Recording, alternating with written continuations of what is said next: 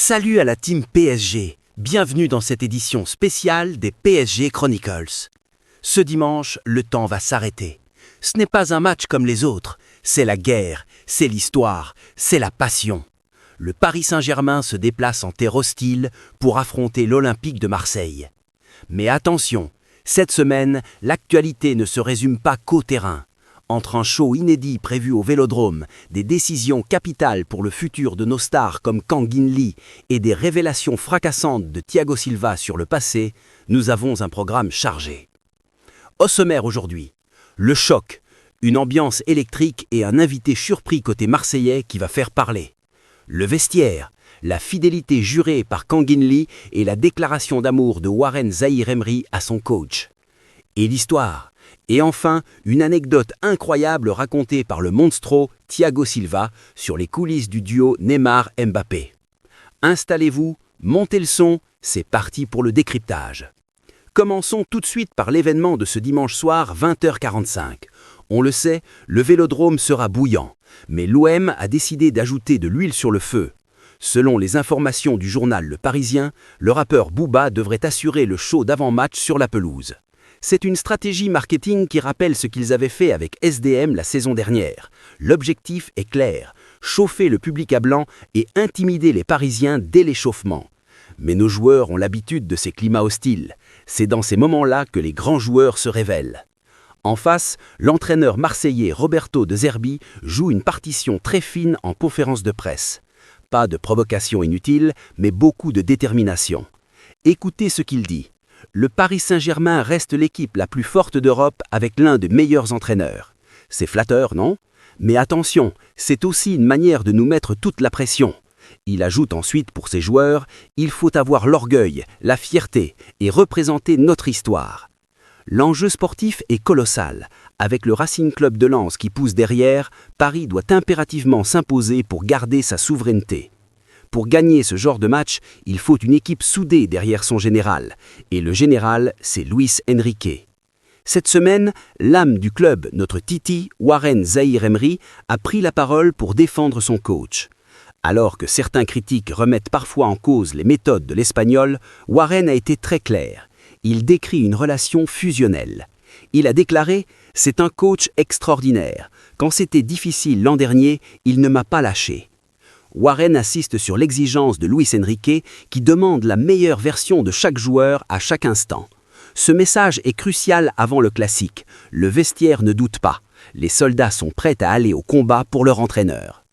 Passons maintenant aux coulisses, car le mercato d'hiver vient de fermer ses portes avec une information qui est passée presque inaperçue mais qui est fondamentale.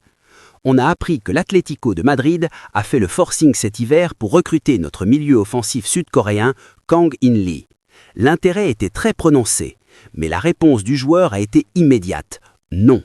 Kang In-lee a décliné l'offre. Il veut rester fidèle au projet parisien. C'est une preuve d'attachement rare dans le football moderne, surtout face à un grand club européen. Et le PSG compte bien récompenser cette fidélité. Regardez ce plan de carrière. Actuellement, son contrat court jusqu'au 30 juin 2028, mais la direction ne veut pas prendre de risques. Des démarches sont déjà en cours pour blinder son contrat. L'objectif, une prolongation jusqu'en 2029, voire 2030. C'est un signe fort. Le PSG ne construit plus seulement pour gagner demain, mais pour dominer sur la prochaine décennie. Kang In-lee est vu comme un pilier central de ce futur. L'avenir, c'est aussi notre centre de formation. Petit point sur la UEFA Youth League. Le tirage au sort a eu lieu. Nos U19 recevront le HIK Helsinki à domicile le 24 ou 25 février. C'est un match sec, ça passe ou ça casse.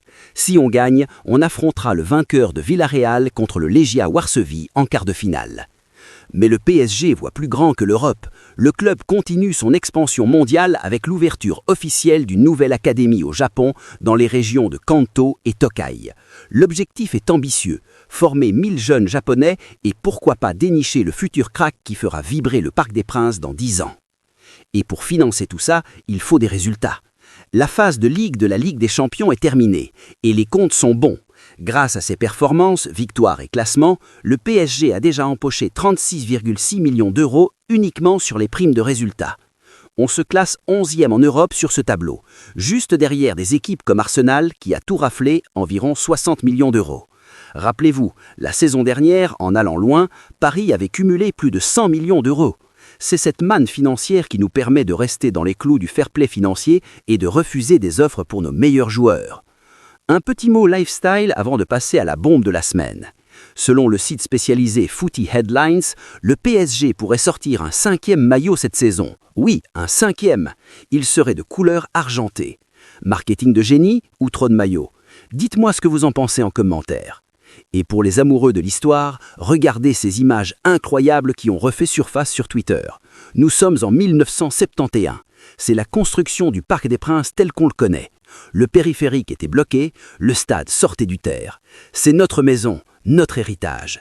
Et en parlant d'héritage, terminons avec cette confession touchante et un peu amère de notre ancien capitaine, Thiago Silva. Il est revenu sur un moment clé de l'histoire moderne du PSG, le trophée des champions 2017. À ce moment-là, Kylian Mbappé est encore à Monaco.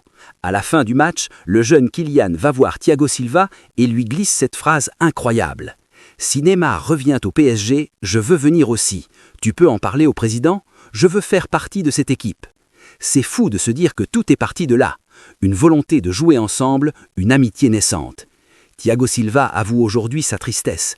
Il dit que cette relation, si belle au départ, s'est malheureusement dégradée au fil des années. C'est une page d'histoire qui laisse un goût amer au Haut Monstro et sans doute à beaucoup de supporters parisiens. Voilà les années, vous savez tout avant le grand rendez-vous. L'histoire est écrite, le futur se prépare, mais le présent, c'est demain. Dimanche soir, peu importe les polémiques, peu importe le show de Booba, peu importe le passé. Sur le terrain, ils seront 11 guerriers. Alors je vous pose la question. Que pensez-vous de la prolongation de Kangin Lee et quel est votre pronostic pour ce classique? Mettez tout ça dans les commentaires. N'oubliez pas de liker la vidéo et de vous abonner pour le débrief dès le coup de sifflet final.